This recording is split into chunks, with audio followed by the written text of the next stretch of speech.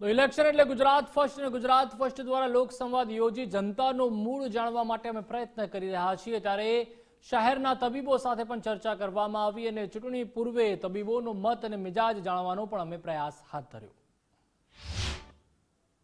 લોકશાહીનો સૌથી મહાપર્વ એટલે લોકસભાની ચૂંટણી અને જ્યારે લોકશાહીની વાત આવે ત્યારે વિશ્વની સૌથી મોટી લોકશાહી એટલે ભારત દેશ। ભારત દેશની લોકસભાની ચૂંટણીની તારીખો છે તે નક્કી થઈ ચૂકી છે। હવે થોડા દિવસો બાદ લગભગ 1 મહિનાની આસપાસના સમય બાદ મતદાન પણ ગુજરાતની અંદર યોજાવાનું છે। ત્યારે ભારતની અંદર અને ગુજરાતની અંદર જે સૌથી મહત્વનો વિભાગ છે એ તબીબી વિભાગ છે। આપણે આપણી સંસ્કૃતિની અંદર તબીબોને ભગવાનનું એક સ્વરૂપ છે તે ગણતા હોઈએ છીએ। ત્યારે આ તબીબો છે તે લોકસભાની ચૂંટણીને લઈને શું પોતાનું અલગ અલગ જે એમના વિભાગો છે તેમાં શું પરિસ્થિતિ છે, શું મુદ્દાઓ છે તેમના કે જેને લઈને મતદાન કરવાના છે, તબીબો આપણી સાથે છે। સાહેબ, ખાસ તો જે લોકસભાની ચૂંટણી આવી રહી છે, કેવા મુદ્દાઓ હોય છે કે જેને ધ્યાને રાખવામાં આવશે જ્યારે તમે મતદાન કરવા જશો? એક તો ઉમેદવાર કયા પક્ષમાંથી ચૂંટણી લડવા આવે છે અને આપણે કોને મત આપવો આપણે વિચારીને આપવો જોઈએ। જો ખોટી પાર્ટીને આપણે મત આપીએ તો પછી આપણું ભારતનું ભવિષ્ય બહુ ધૂંધળું છે। બીજા લોકોએ ખરાબ આપણે પહેલા મત આપેલો છે અને ખ્યાલ છે કે એનાથી આપણી હાલત અત્યારે સારી નથી। તો આપણે સાચી પાર્ટી જે પ્રમાણિકપણે અત્યારે દેશનું રાજ ચલાવે છે એને મત આપીએ, સારા ઉમેદવારને પસંદ કરીને મત આપીએ તો ભવિષ્યમાં આપણે પસ્તાવું ના પડે। ચોક્કસ રાજકીય પરિવર્તનો આપણે અવારનવાર જોતા હોય છે। લોકશાહીનો જે નિયમ છે રાજકીય પરિવર્તન, અત્યારના રાજકારણને કઈ રીતના જુઓ છો? છેલ્લા જે અમુક વર્ષોથી આપણે જોઈએ છીએ કે દેશની અંદર જે પ્રકારનું ઇન્ફ્રાસ્ટ્રક્ચર, જે પ્રકારે હેલ્થ સેક્ટર અને જુદા જુદા અલગ અલગ સેક્ટરની અંદર જે ડેવલપમેન્ટ જોઈએ છીએ એને ધ્યાનમાં રાખી અને આવનારા બીજા 5 વર્ષ, કારણ કે આ 5 વર્ષની અંદર આવનારો આ એકમાત્ર એવો પ્રસંગ છે કે જ્યારે યોગ્ય રીતે યોગ્ય ઉમેદવારને અને યોગ્ય પક્ષને આપેલું કે જે કોઈ ફિક્સ પ્રકારના એજન્ડાને લઈને આગળ કામ કરવા જઈ રહ્યું છે એવી વ્યક્તિને શોધી અને એવી વ્યક્તિને વોટિંગ કરીએ। અને નોટ ઓનલી એટલું પણ જરૂરથી તમે તમારા સંપર્કમાં આવેલા દરેક વ્યક્તિને આ માટે મોટિવેટ કરો, કારણ કે સમાજની અંદર ડોક્ટરનું સ્થાન એવું છે કે લોકો એમની વાતને ફોલો કરે તો આજે દરેક ભણેલ ગણેલ વ્યક્તિની એવી ફરજ છે કે આ વધુને વધુ માત્રામાં વોટિંગ કરી અને યોગ્ય વ્યક્તિને વોટિંગ કરી, જેથી આવનારા 5 વર્ષની અંદર કે 10 વર્ષની અંદર યોગ્ય વ્યક્તિની હાથની અંદર સત્તા હોય। યુવા તબીબો પણ છે આપણી સાથે, તેમની સાથે પણ વાત કરીશું। આ એક યુવાન છો, ભવિષ્યમાં કેવું જોવા માંગો છો?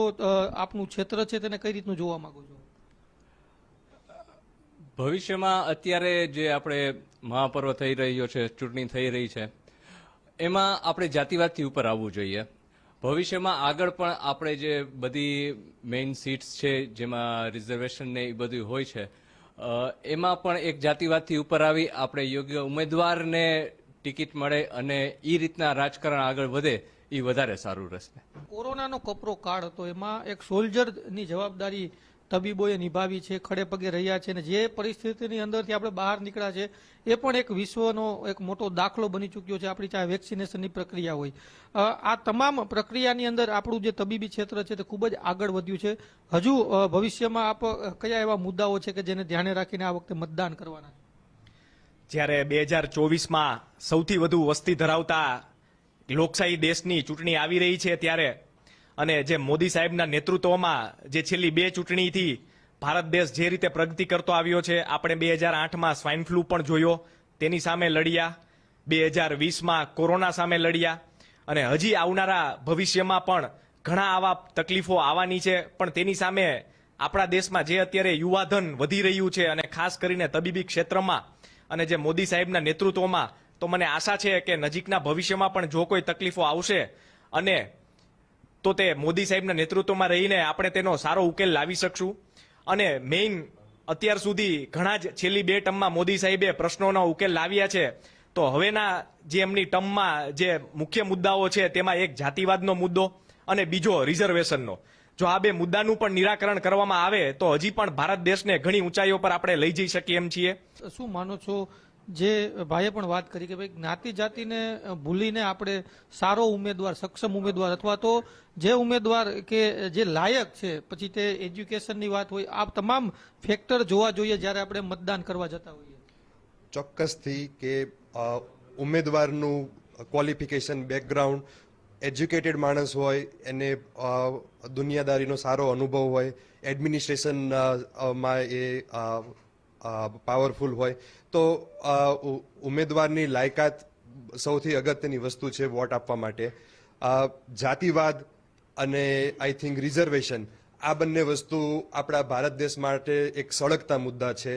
ભ્રષ્ટાચાર તો છે જ, પણ આ સિવાય જે કોમન સામાન્ય માણસને સૌથી વધારે અસર કરતું હોય તો એ આ રિઝર્વેશન અને જાતિવાદ છે. રિઝર્વેશનના લીધે એવું થઈ રહ્યું છે કે સારા એવા બ્રેન ડ્રેનેજ ઓલરેડી થઈ રહ્યા છે. આપણો દેશ આટલો વિકસિત થવા જઈ રહ્યો છે તો આપણે જરૂરી છે કે આપણે આ બ્રેન ડ્રેનેજ રોકવું હોય કે રિવર્સ ડ્રેનેજ કરવું હોય તો આપણે કમસે કમ આ રિઝર્વેશન્સ અને જાતિવાદ જેવા મુદ્દાઓથી આપણે ઉપર ઉઠીએ.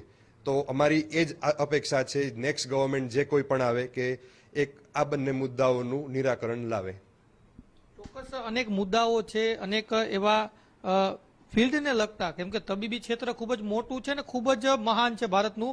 આપણે સૌએ કોરોના કાળ દરમિયાન જોયું છે, ત્યારે અલગ અલગ મુદ્દાઓ છે, ચાહે તે જ્ઞાતિ જાતિના મુદ્દાઓથી દૂર રહેવાની વાત હોય, મતદાન અવશ્ય કરવાની વાત હોય, તબીબી ક્ષેત્રના અલગ અલગ મુદ્દાઓની વાત હોય, આ તમામ મુદ્દાઓને ધ્યાને રાખીને આ વખતે જે ભારતની અંદર જે આ લોકશાહીનું પર્વ છે તેમાં તબીબો છે તે મતદાન કરવાના છે. કેમેરા પર્સન કિશોર વાડોલિયા સાથે ગૌતમ ભેડા, ગુજરાત ફર્સ્ટ, રાજકોટ.